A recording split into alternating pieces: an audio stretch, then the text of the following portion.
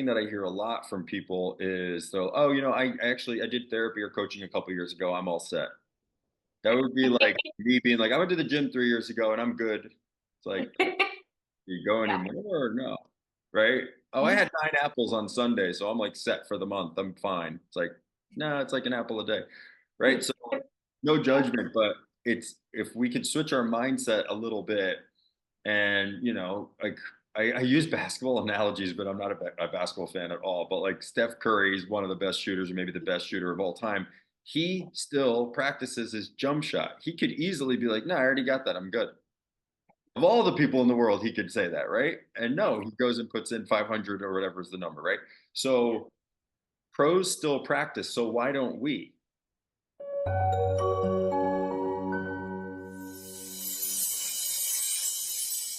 And I'm so excited that you are back, Alex. It's been over 2 years since you originally were on, and it is such a pleasure, first and foremost, to have you back. So thank you for being Yeah, back. we always started side hustles since I was a little kid. I started a number of businesses in middle school and college, or excuse me, in high school. Landscaping business, a paintball business, snow shoveling business, some other little side hustles. So I wrote about entrepreneurship in my college essay as like my like Hail Mary to maybe get into a good school. And so the combination of my like okay GPA and then my essay about entrepreneurship, I got accepted into Quinnipiac University, which I probably otherwise might not have got in. And I Mhm. went to the entrepreneurship and management school at Quinnipiac. Yeah, no, thank you. I'm really grateful for the opportunity. I was looking forward to this because I know we connected years ago on Clubhouse and then had Yeah. that great conversation. So when you reached back out, I was like, hell yeah, I'm going back on. It's great. Yes, I know. I'm so excited. I can't believe it. Yeah, like COVID. It was during COVID that we met. It's been a whirlwind. And I just want to know, what have you been up to the last 2 years? What has transpired since you were last on the show? Yeah, just continuing to really grow, evolve leadership. It's so we're 4 years, 4.5 years in. It's going extremely well, kind of better than we could have imagined, I think. My business partner and I were talking recently that it's like we knew we were in the business of helping people. We know we love to help people. And early on, we had good client results. But the last year or so, maybe like 12 to 18 months, the feedback that we've been getting from clients has been like overwhelmingly positive and life changing for them. And so it's almost like I'm kind of pinching myself because I'm like, really? Like, are you sure that's me? Like, I helped you do that thing? Because I live in this world so much of practicing and coaching and training and continuing to learn things around emotional intelligence and communication and self-awareness. So in my head, sometimes it's almost like a broken record. And it's like, this is just my lane. Some people are in sports, some people are in finance, real estate, doesn't matter. This is just my lane. So I forget sometimes that for a lot of people out there who are in their busy lives, that some of this stuff is new or even just, a slight tweak in their communication or their listening can actually have this monumental effect or impact on their relationships. And so I'm like, oh yeah, yeah, that it's like I got to be like almost reminded of that. And so yeah, what we've been up to since we last spoke is just a lot of really fantastic growth with Evolve leadership and a lot more happy clients. So it's been a dream come true.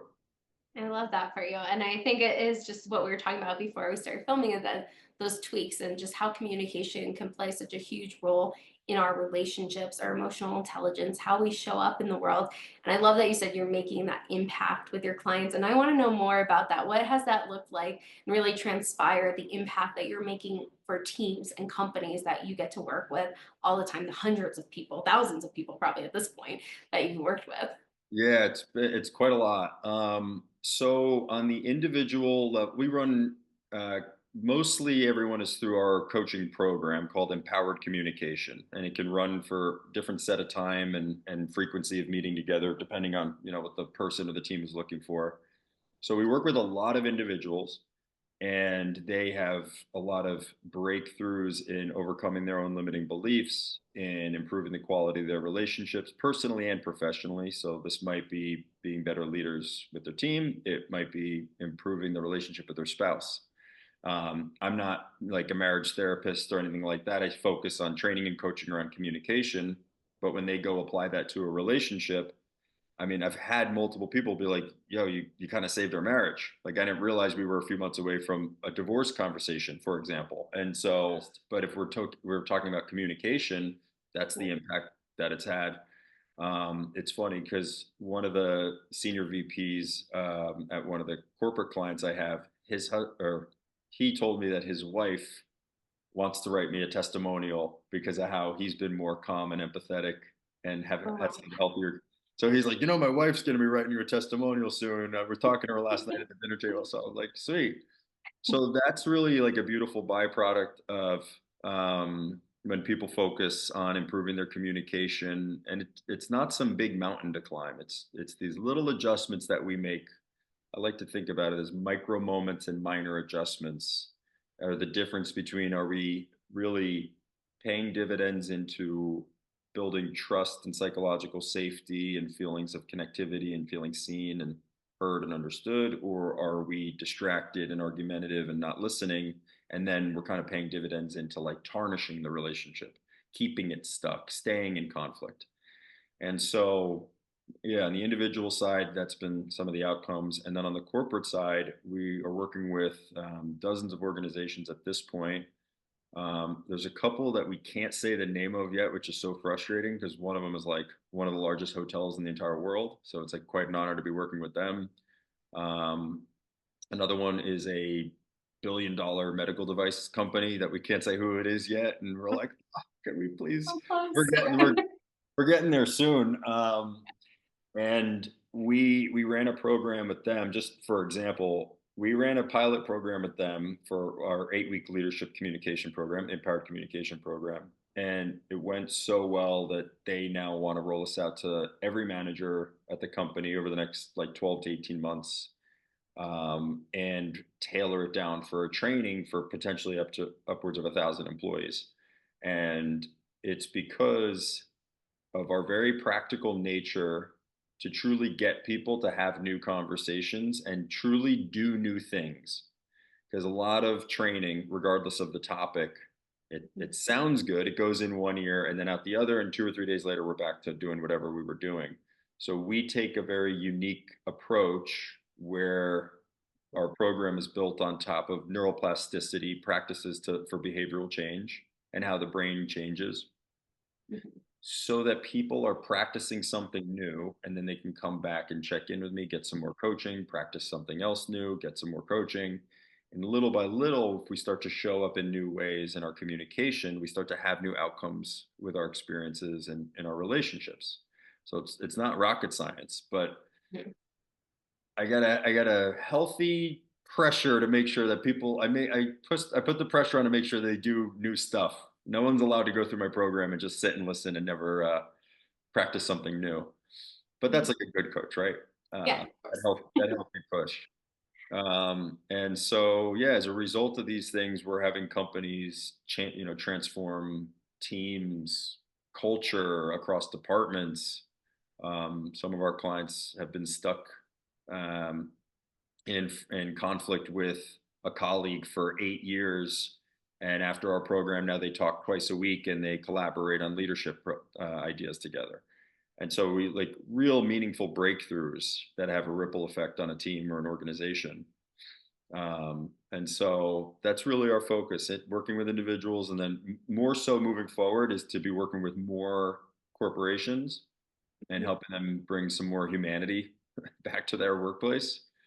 So that's what we're focused on these days. I love that. And I think it's that aspect of the small tweaks, something that's sustainable, like actually putting it into practice. Because a lot of times it's like, yeah, I can do this. And like people try to change so much at once.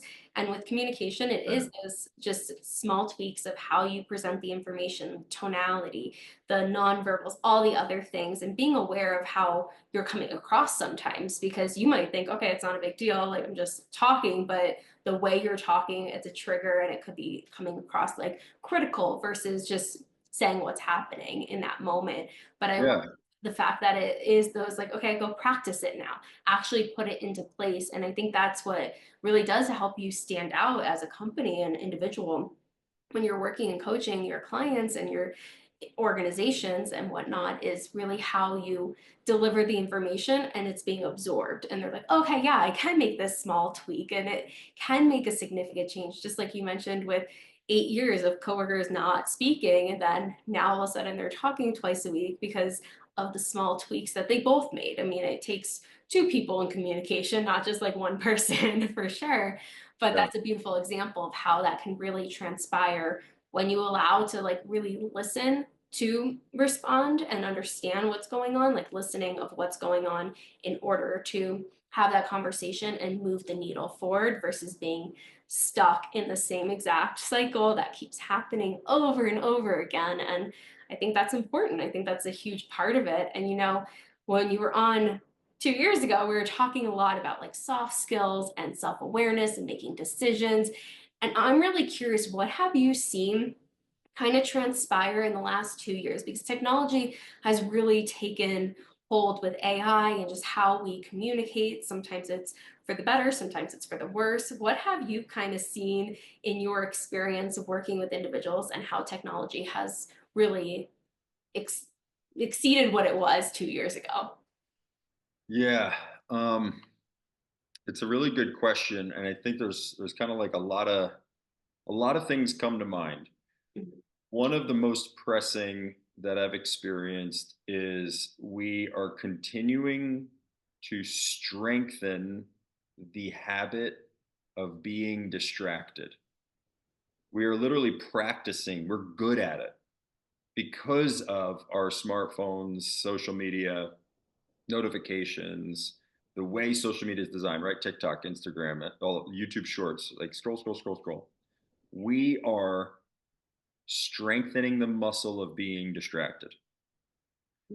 The same way if we were to go to the gym and we are going to do a bunch of push-ups or pull-ups or whatever it is, and we get strong in those areas. So we're up against something that not only is distracting us, but it's addictive, and we're getting good at it. Why does that matter? Because the more distracted we are, the less present we are in our relationships, in our communication, in our lives overall.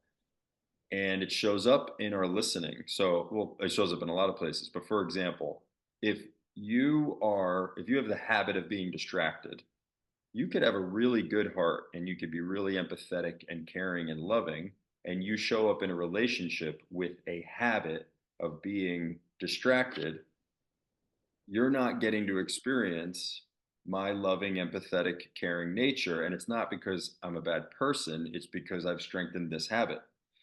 And so bringing self awareness to that in real time and noticing it is, we want to interrupt those habits. We want to interrupt those patterns of behavior so that it's, oh, you know what? Sorry, let me give you my undivided attention, right? Can you say it again? Let me put my phone down. Like, and it can look like that. It's fine. Yeah. Yeah. So that's one thing. Then where that goes as technologies influenced our communication is we get even further ingrained in our beliefs, in our cognitive biases, especially confirmation bias, in our division between people and disagreements of all the stuff going on in society, and everyone's very, I don't want to say everyone's, it's not fair, but we seem to be more divided than ever, unable to communicate and have healthy disagreement. I mean, the art of healthy and respectful disagreement is not, it's not that present these days. That used to just be a thing that was okay. Like, or actually, I don't know, maybe that was before my time. I don't know, maybe I'm just Yeah. like Same. right, like remember like what debates used to be maybe like 10, 20, 30, 40 years ago, where it was like, oh, this is my perspective and I'm going to make some really great points and I'll hear you out and you're going to make some really great points. And now everything's just like, trashing on each other. And so the reason I bring that up is when we are in this habit and constantly consumed by all this technology, we get further and further away from our own self-awareness and awareness of how we communicate and show up, where our thoughts even come from. Are they ours, or is it what the social media algorithm told us to think? And then people just regurgitate what they see on algorithms, and they don't really put much thought into like, well, is this my original idea, or am I just repeating what I saw in a news headline? And we then strengthen habits around those things. So when I come in, a lot of the work that I do is to interrupt patterns of behavior. Mhm. And we have to do that with certain self-awareness practices. And then what we train and then coach on. So training is like the education of what to do, and coaching is the practice to gain your insights and practice the skill of doing it. What we train and coach on is how can we swap out that language and communication, both verbally and non-verbally. How can we swap out healthier communication in those conversations so we don't end up in the same damn argument that we've been in for the last 3 weeks or 3 years? Exactly. Because that's just a pattern, it's just a cycle of behavior. We need to interrupt that and have a new conversation. When we have a new conversation, we create a space for the relationship to go in a different direction. We at least give it the chance to, Mhm. right? Not the guarantee. So the act of that feels very uncomfortable for a lot of people because we have such a deeply ingrained habit of being distracted by our technology and things like that. And so that's a little bit of what we're up against. The nice thing though is we can overcome these challenges by just distilling it down into simple little things to focus on, like we talked about earlier, little adjustment to make, and then just practicing it consistently over time. If we don't do it so perfectly, that's okay. Don't beat yourself up. Just bring some intention to it next time. Yeah. And that's how we wire in those new neural pathways and kind of strengthen those new communication muscles, if you will.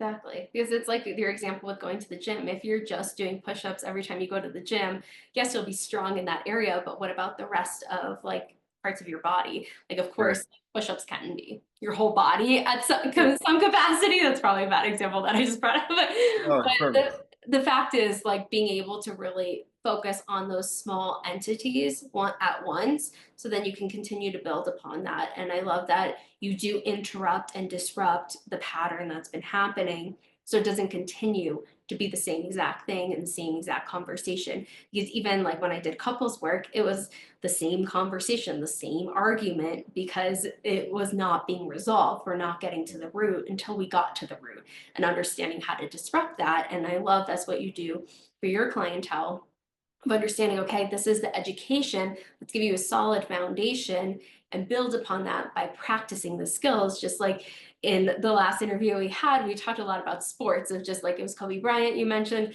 and how like practicing every day. Like yes, he was great, but he was practicing every single day in Right. those like day in day out, and that's how we get better at something, by practicing. Like Totally. nobody's like naturally great at everything. I mean, that'd be a Right. little weird. Right. Yeah. And that's the thing. I think a lot of these like emotional intelligence concepts, people think you're born with it or you're not.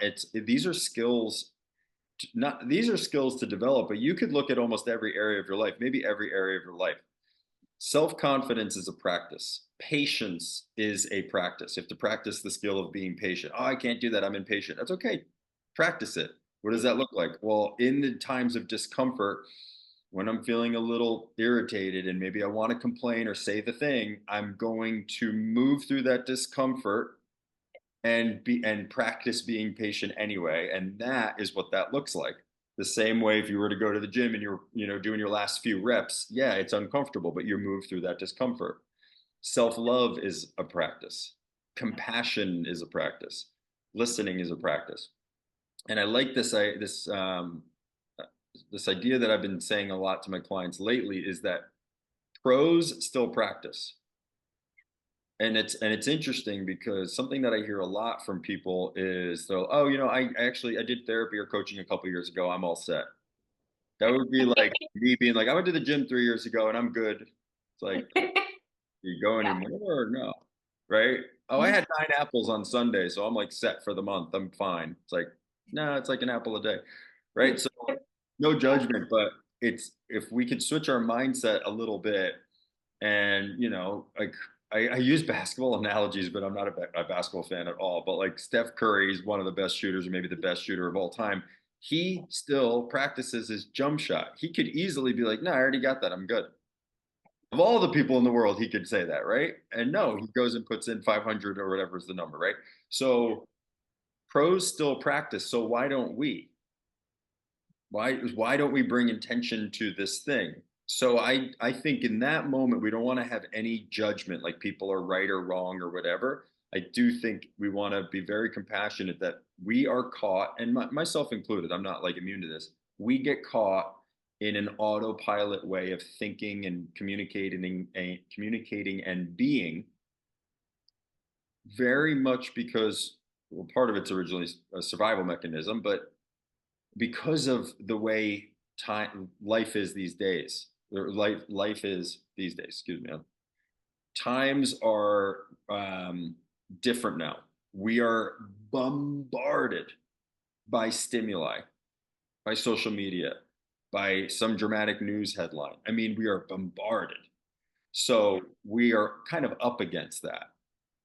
And so my request for people, or my invitation is, can you just bring some self-awareness in real time and notice how you're showing up? Just take a look at it without any judgment.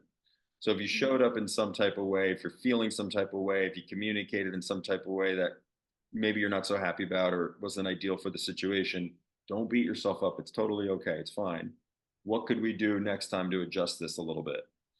Because so if we're not practicing something, that's okay. I don't get to the gym every day. It's fine, right? So bringing the intention to it is like, it's like 80% of it.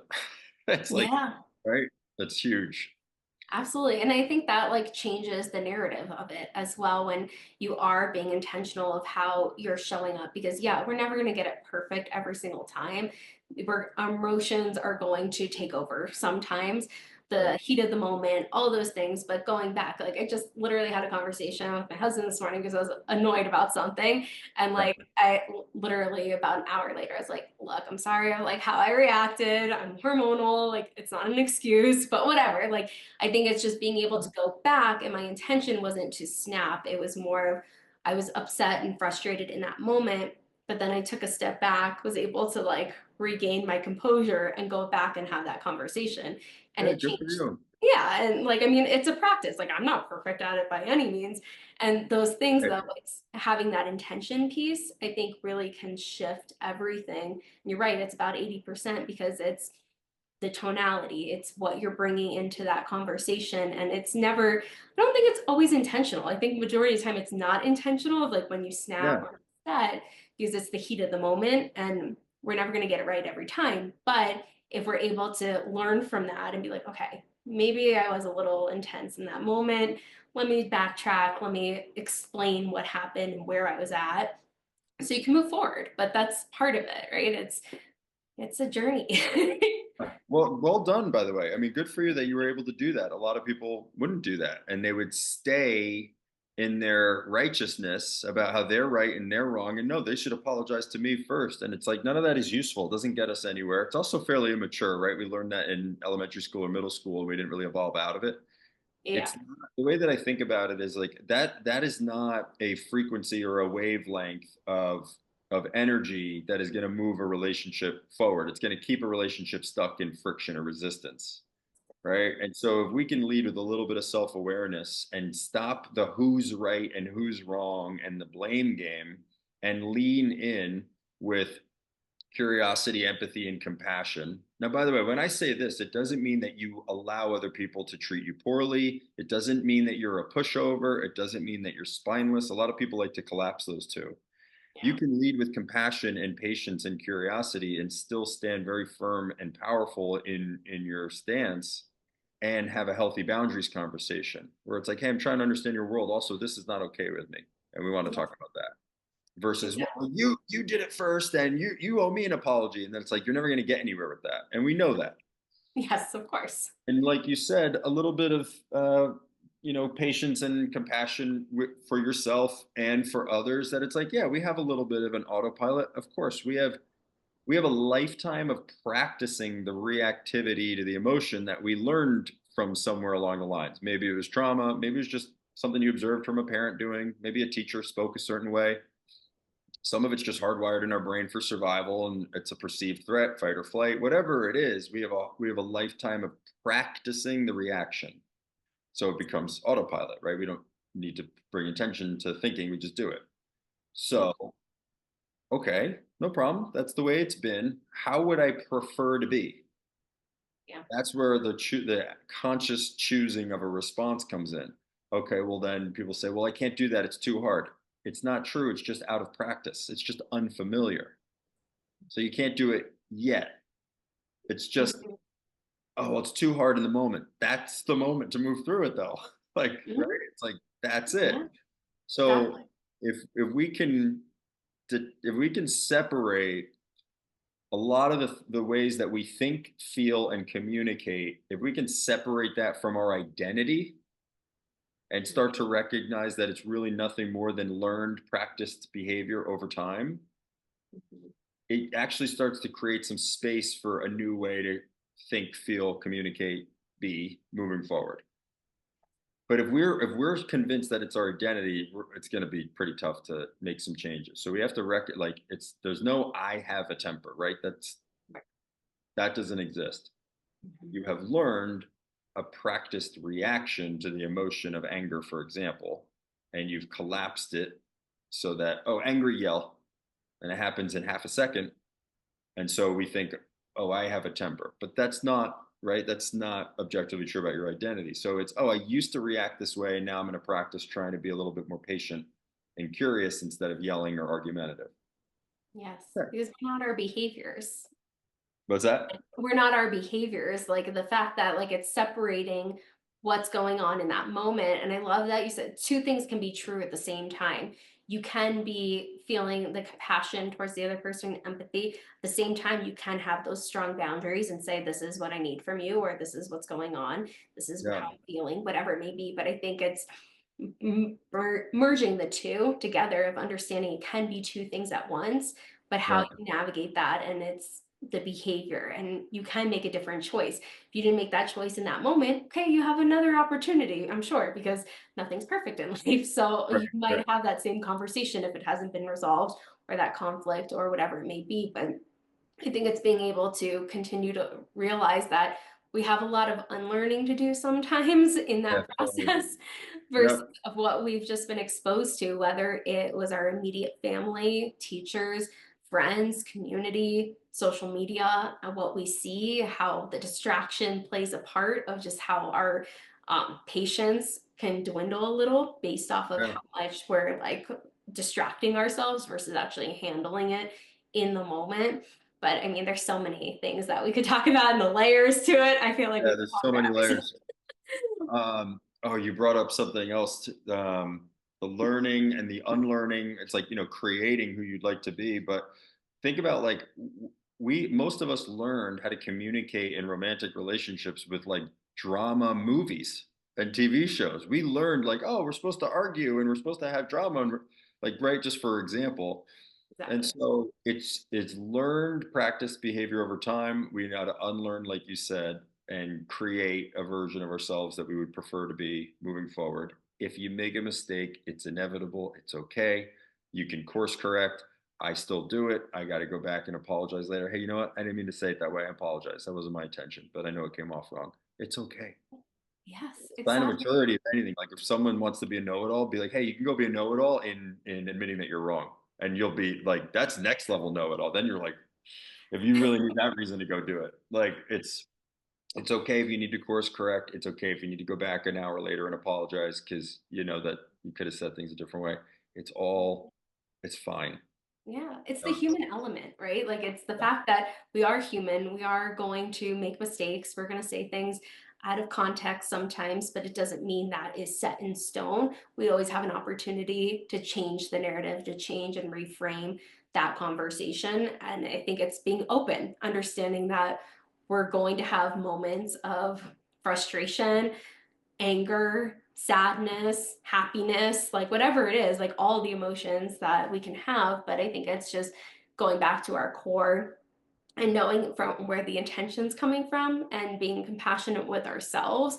Okay, yeah, that wasn't the best way. I should have said that. That's okay. Go back and have that conversation again. And, yeah. I feel like there's been so much that you've already accomplished these last 2 years, last 4.5 years of starting Evolve Leadership. But I'm curious, what do you see the vision looking like in the next year or two for where you want to take Evolve Leadership?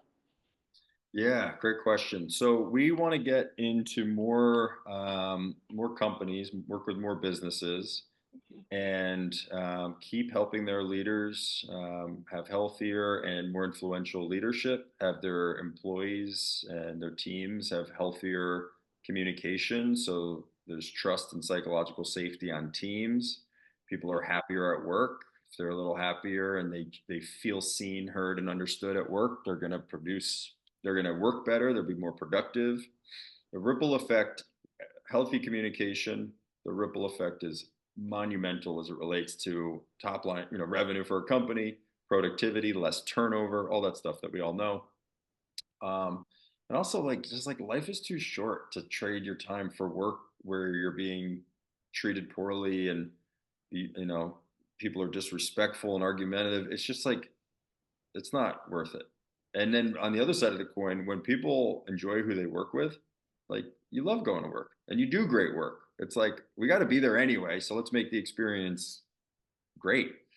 So we are actually on a mission to evolve leadership. So it's a little bit of a play on words, Yeah. um, where it's more human focused. It's more about the humanity, and you could still have great business results. It's not like you don't have to sacrifice that. I think it's just an outdated mindset. So where we want to go, we want to get into more companies, we want to help more individuals and just impact more lives because everyone could improve their communication. Doesn't matter who you are.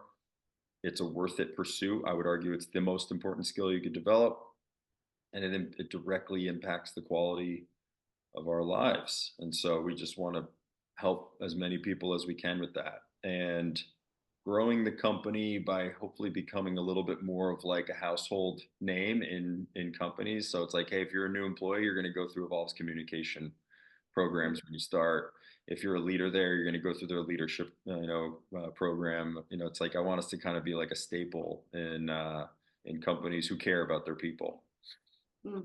So that's where we're going, and that's the trajectory that we're on. We're probably going to have to start expanding our ecosystem of other coaches and trainers to deliver our content. Social media is growing. We're not like blowing up, but we got a good little following on there. I think we're like 57,000 across platforms total. So it's all organic. It's kind of cool. Yeah, it's huge. What's amazing is all of our corporate clients have come from Instagram. Isn't that wild? Really? I would have never saw that coming. Yeah.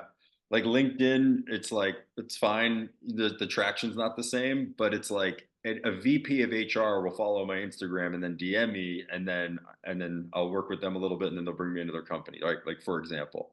Or Yeah. sales leaders like, hey, we want to get some EQ for our sales team, or hey, we got some software engineers who need to communicate better with, the marketing department. And I'm like, wow, all Instagram, a little bit Facebook, but it's kind of one and the same. Yeah. No, Yeah. that's so So interesting. I would have thought like LinkedIn based off of like companies and stuff, but I mean, that's assuming, obviously. yeah, no question. So almost all of our clients come from Instagram and Facebook, individuals and corporate. And I think maybe LinkedIn, I think people are maybe just like it's a little saturated. I think people are maybe burned out getting 50 in-mails a day from bots pretty much at this point, right? Let's be real. Yeah, Um, just about. yeah, so that's really where we would like to take the company, or yeah, take the company. We want to evolve leadership. We want to bring more of a human first approach to business, and we want to help people improve their relationships. And doing that feels really damn good, but it's also really important. Yeah, It's direct impact on the quality of your life. So absolutely. that's our mission. Luckily, this is the thing that I'm the most curious about and passionate about. So I get to do this work because I love it, and I love helping people. And so I feel very grateful every day. And my business partner is my best friend at 26 some odd years, and so it's been a wild journey with him too. So it's really cool, and we're really excited. I'm excited for you guys. And I think it's so beautiful, the human element that you've continued since I first met you. You've always been about that human connection, being Yeah, able to really transpire and foster that with everybody that you come in contact with, from what I've seen. But I think that's what will help stand out and become a household name where every company is like, oh, you got to go through Evolve Leadership. You needed to go through their programs.